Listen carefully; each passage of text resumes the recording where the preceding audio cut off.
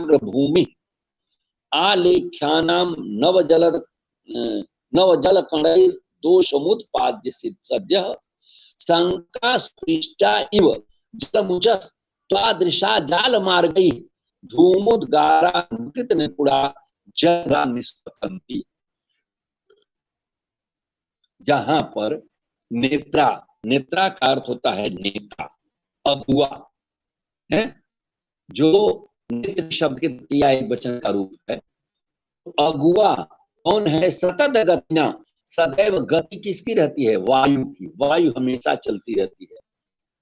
तो वायु के द्वारा विमानाग्र भूमि नीता, विमान के या महलों के ऊपरी भाग पर लाए गए कौन? नव जल कणैर दोषमुत, ये कौन आते हैं? जलधर मुच, जलधर मुच माने जो पानी बरसाने वाले बादल हैं, वो हवा के द्वारा विमान के या मकर महल के ऊपरी भाग पर लाए गए और उन्होंने क्या किया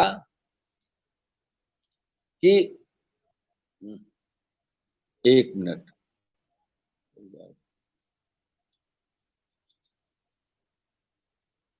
अभी चला गया। वो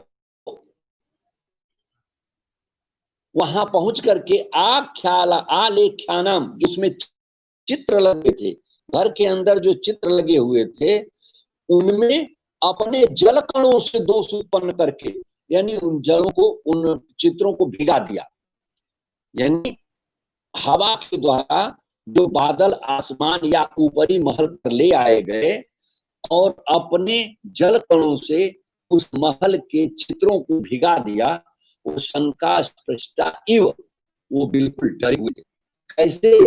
जैसे कोई प्रेमी अपनी प्रेमिका के घर छुप के या खिड़की के रास्ते या सीढ़ियों के माध्यम से चला जाए और उसको दूषित करने के बाद वह भयभीत हो कि कहीं परिवार वाले देख न लें, इस तरह से वह शंका स्पृष्टायु, शंका से स्पर्श किए हुए, यानी भयभीत हुए की भांत, त्वादृशाह जलमुच, तुम्हारे जैसे जो मेघ होते हैं वो जाल मार गई, यानी खिड़की के द्वारा जर्जरा निष्पतंती, टूट फूट कर बाहर निकलते हैं। ठीक है। और वो जलमुच, वो बादल कैसे होते हैं? धूमोद्गारा नुकित निपुड़ा, धुआं निकलने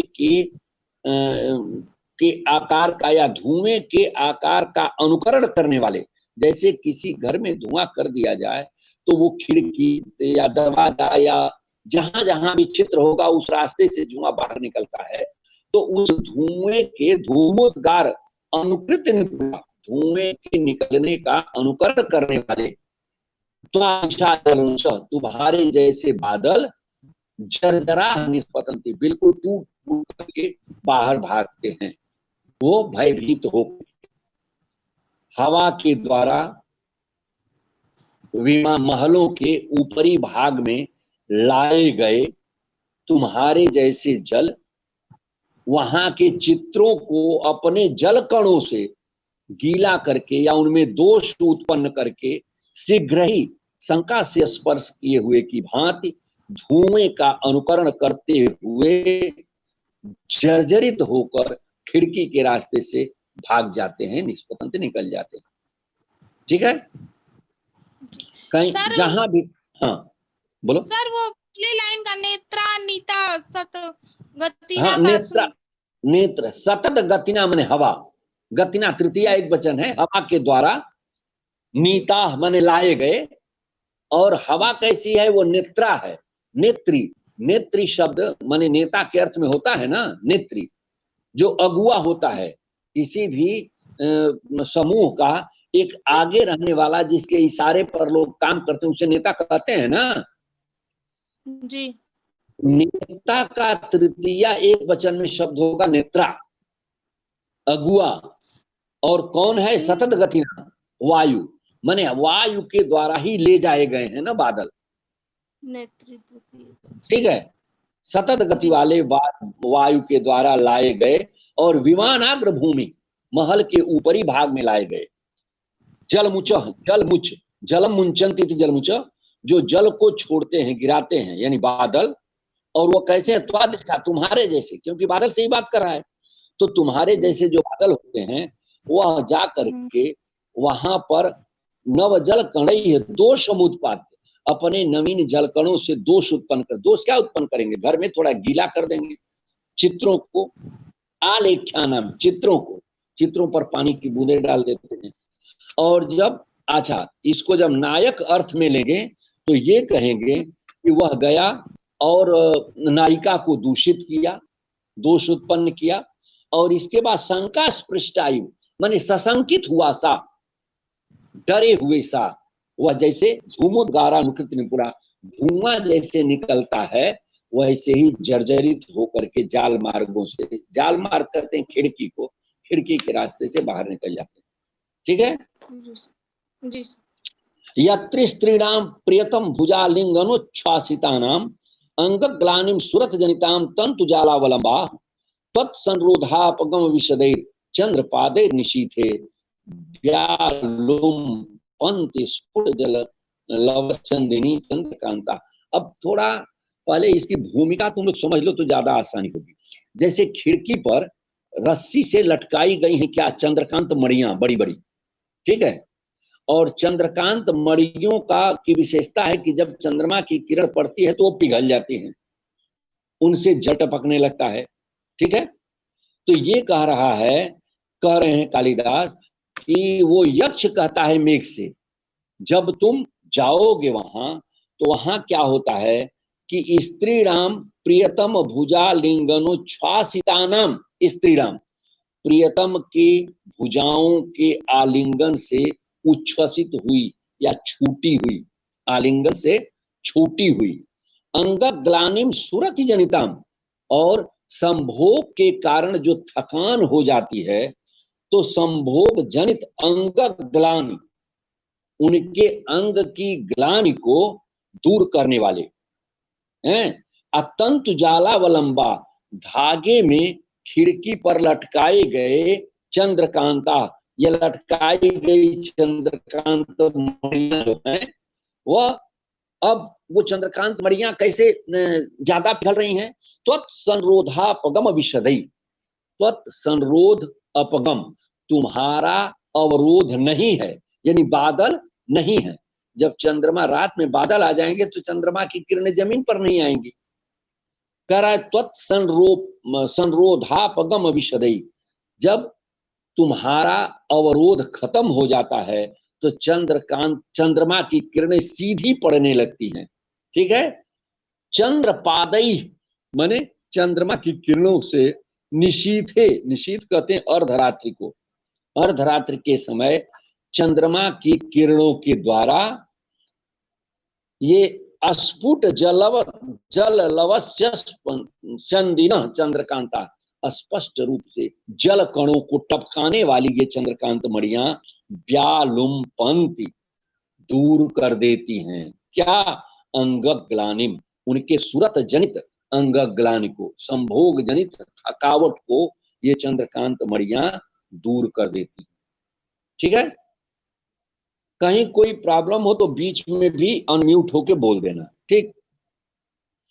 अक्षय यांतर भवन निधय प्रत्यहम रक्त कंठई उद्गायद्भि धनपति यश किन्नरैर्यत्र सार्धम वैभ्राजाख्यम विबुध बनिता वार मुख्य सहाया बद्धालापाह बहिरूपवनम कामिनो निर्विशंति।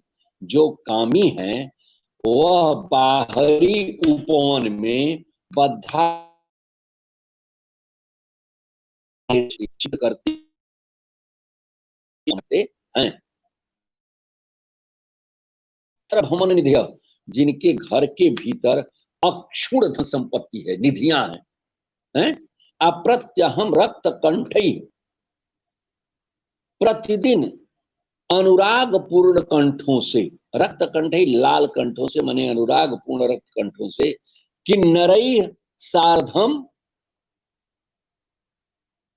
माने ये किन्नरों के साथ गाते हुए, उद्गायद भी धनपति यश, धनपत कहते हैं कुबेर को, तो कुबेर ही अलकापुरी के राजा थे ना, तो कुबेर के यश को गाते हुए वैभ्राजाख्यम, वैभ्राज आख्यम माने नामक, वैभ्राज नामक विबुध वनिता बार मुख्य सहाया माने देव स्त्रियां और वारांगनाओं के साथ बद्धालापा बातचीत करते हुए बाहरी उपवन में कामिनी निर्विशंति वो निवास करती हैं। ठीक है, अक्षय निधियों वाले या अक्षय घर की आंतरिक संपत्तियों वाले वे कामी जो हैं, कामिनो, वह प्रतिदिन अनुराग पूर्ण कंठों से कुबेर के यश को गाते हुए, गाने वाले किन्नरों के साथ, किन्नर उधर गान करते हैं, और ये वैभ्राज नामक विबुध वनिता बार मुख्य सहाया अपनी देव स्त्रियों के साथ और अप्सराओं के साथ वैभ्राज नामक स्थान पर बाहरी उपवन में बातचीत करते हुए निर्विशंत निवास करते हैं। ठीक है, अब ये देखो, गत्युत्कंपा दलक पतितैर यत्र मंदार पुष्पैः पत्र छेदैः कनक कमलैः कर्ण बिभ्रंशभिश्च मुक्ताजालैः स्तन परिसर छिन्न सूत्रैश्च हारैः नैषो मार्ग सवितुरुदय सूच्यते कामिनी नाम। सबसे चतुर्थ चरण में प्रायः वाक्य की परिसमाप्ति है, जो मुख्य वाक्य है, नैषो मार्ग सवितुरुदय, सवितु उदय, सूर्य के उदय होने पर, कामिनी नाम मार्ग, कामिनी नाम कामिनियों के, नैषो मार्ग सूच्यते, रात का मार्ग सूचित होता है। कहने का मतलब कि रात के समय ये अभिसरण के लिए हैं, अभिसरण के लिए स्त्रियां जाती हैं। कांतार्थिनु तो या याति साभिसारिका, जो स्त्री स्वयं अपने प्रेमी से मिलने, पति से मिलने जाती है, उसे अभिसारिका कहते हैं। ये अभिसारिकाएं दो प्रकार की होती हैं, एक होती हैं शुक्लाभिसारिका, एक होती हैं कृष्णाभिसारिका। शुक्लाभिसारिका चांदनी रात में चलती है और बिल्कुल शुभ्र वर्ण का वस्त्र पहनती है। सफेद चांदनी में अगर कोई सफेद व्यक्ति जाए तो दिखाई नहीं देगा। ठीक है, इसी तरह से अगर अमावस्या की रात को कोई काला वस्त्र पहन के निकले तो वो दिखाई नहीं देगा। तो ये शुभ्राभिसारिका जो होती हैं वो सफेद वस्त्र पहनती हैं, पूर्णिमा के दिनों में अभिसरण करती हैं, और कृष्णाभिसारिका जो हैं अमावस्या में या रात की घनी रात में वो काले वस्त्र पहन के अभिसरण करती हैं। तो जब वो अभिसरण कर ली, करके चली आई, तो फिर कैसे पता चलेगा कि वो रात में गई थी मिलने के लिए? ठीक है, लेकिन ये जो सूर्योदय पर उनका जो मार्ग है, रात्रि का मार्ग है, वो सूचित कर रहा है कि वो गई थी। कैसे? गत्युत्कंपात अलक पतितैः, जब वो जल्दी जल्दी चलती हैं तो उनके बालों से गिर जाते हैं क्या? मंदार पुष्पैः, मंदार का पुष्प लगाए रहती हैं, मंदार का पुष्प बालों में लगाए रहती हैं। पत्र छेदैः कनक कमलैः कर्ण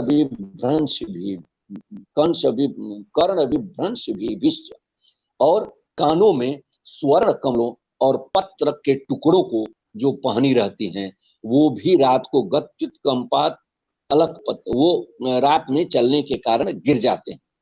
मुक्ता जालैः स्तन परिसर छिन्न सूत्रैश्च हारैः, और जो मोतियों की माला वो पहनी रहती हैं, वो जल्दी जल्दी चलने के कारण बार बार उनके स्तनों से टकराती हैं, तो छिन्न सूत्र, धागा टूट जाता है, और जब धागा टूट जाता है तो मोतियां बिखर जाती हैं।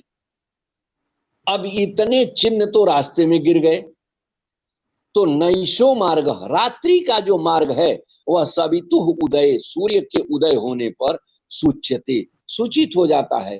किसका मार्ग? कामिनी नाम, उन कामिनियों का वह रात्रि का मार्ग सवेरे सूर्योदय होने के बाद पता चल जाता है कि इस रास्ते से अभिसरण के लिए गई। ठीक है। अब कहते हैं कि मत्वा देवम धनपति सखम यत् साक्षात वसंतम प्रायश्चापम न बहति भयान मनमथ षट्पदज्यम सब भ्रूभंग प्रहित नयनई कामिलक्षे स्वमोघै तस्यारंभ चतुर्वनिता विभ्रमैरेव सिद्ध। अब धनपति सखम मैंने इंद्र के मित्र कौन है? भगवान शंकर को मान रहा है कि भगवान शंकर को, इंद्र के मित्र भगवान शंकर को साक्षात वसंतम मत्वा, माने देवम देवम धनपति सखम, वहां के स्वामी कुबेर के मित्र भगवान शंकर को साक्षात वसंतम मत्वा, साक्षात निवास करते हैं स्वर्गलोक में, अलकापुरी में, ऐसा मान करके प्रायश्चापम न बहति भयान मनमथ षड्पदज्यम, षड्पद यानी भंवरों का, षड्पद कहते हैं भंवरे को, उसको 6 पैर होते हैं, तो भंवरे रूपी प्रत्यंचा को मनमथ, मनांस मथनात इति मनमथ, कामदेव, कामदेव भंवरे रूपी प्रत्यंचा को भयान न बहति, प्रायः नहीं धारण करता है, किसको? चापम, धनुष को, प्रायः भंवरे के प्रत्यंचा वाली धनुष को कामदेव भय के कारण नहीं धारण करता है, ये मान के कि यहाँ शंकर भगवान रहते हैं और एक बार जला चुके हैं तो बराबर डरता रहता है। अब जब कामदेव ही नहीं काम करेगा, कहा जाता है ना कि काम का प्रसार होता है तब व्यक्ति में, व्यक्ति के अंदर एक विपरीत लिंगी के प्रति आकर्षण बढ़ने लगता है काम के प्रभाव के कारण। तो जब काम वहां जाता ही नहीं है तो उन स्त्रियों पर काम का प्रभाव कैसे होता है? वो काम का काम कौन करता है? कहते हैं कि सभ्रूभंग प्रहित नयनई कामिलक्षे स्वमोघी, उन यक्षों के ऊपर, उन पुरुषों पर काम का प्रभाव नहीं होता है, इसलिए कि कामदेव वहां नहीं जाता है। लेकिन जो काम कामदेव अपनी धनुष को चढ़ा करके और मारता है, लोग कामी हो जाते हैं, वही काम, वही क्रिया क्या करती हैं? सभ्रूभंग प्रहित नितये, अपने भौहों को टेढ़ा करके या तिरछी नजर से काम लक्ष्येषु, अपने कामी पुरुष रूपी लक्ष्यों पर अमोघई, अमोघ इन अस्त्रों को तस्यारंभ चतुर्वनिता विभ्रमैरेव सिद्ध, चतुर स्त्रियों के उस क्या उसको कहेंगे, विलास के द्वारा ही यह कामदेव का काम सिद्ध कर लिया जाता है। उसी के द्वारा वो अपनी भौहों को तिरछा करके और अमोघ अस्त्र अपने कामी रूपी लक्ष्य पर मारती हैं, और तस्यारंभ, उनके कामदेव के काम का आरंभ उन कामिनियों के विभ्रम से सिद्ध हो जाता है। ठीक है। वासश्चित्रम मधुनयोर विभ्रमादेश दक्षम। अब वहां पर जो आधुनिक जितने प्रसाधन की सामग्रियां हैं हम बाजार से जाकर खरीद लेते थे, ये उस समय नहीं थी। ठीक है। जैसे कालिदास ने भी अभिज्ञान शाकुंतल में लिखा है कि शकुंतला की जब विदाई हो रही है तो विदाई के समय उसे श्रृंगारित करने के लिए, उसे सजाने के लिए जिन जिन वस्तुओं की आवश्यकता है उनको अकेला कल्पवृक्ष दे देता है। ठीक है। यहाँ भी कल्पवृक्ष जो है वह सब कुछ उन रमणियों को प्रदान कर देता है।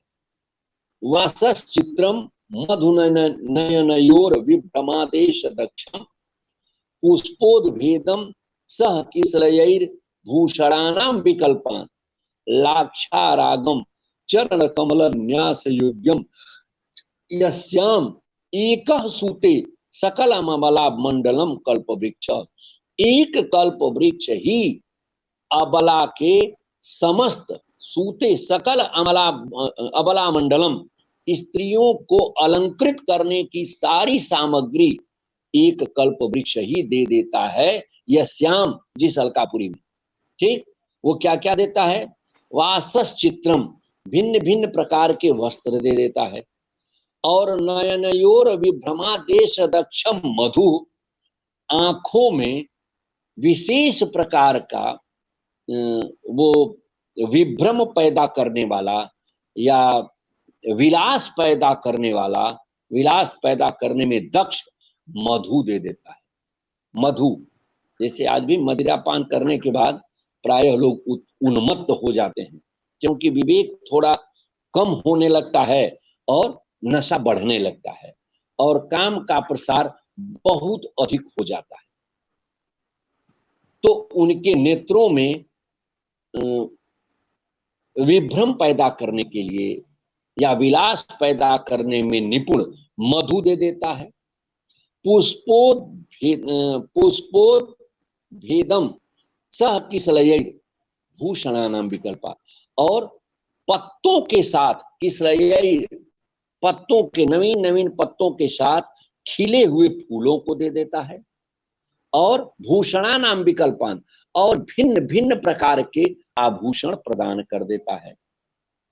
लाक्षारागम, पैर रंगने के लिए, अलता जिसको बोलते हैं, अलता से जो पैर रंगा जाता है, तो लाक्षारागम चरण कमल न्यास योग्यम, चरण कमलों को रंगने योग्य लाक्षा रस भी एक कल्प वृक्ष सकल ममला मंडलम सूते, समस्त अबला के अलंकरण की सामग्री एकमात्र कल्प वृक्ष ही प्रदान कर देता है। ठीक है। तत्रागारम, कहीं तुम लोगों को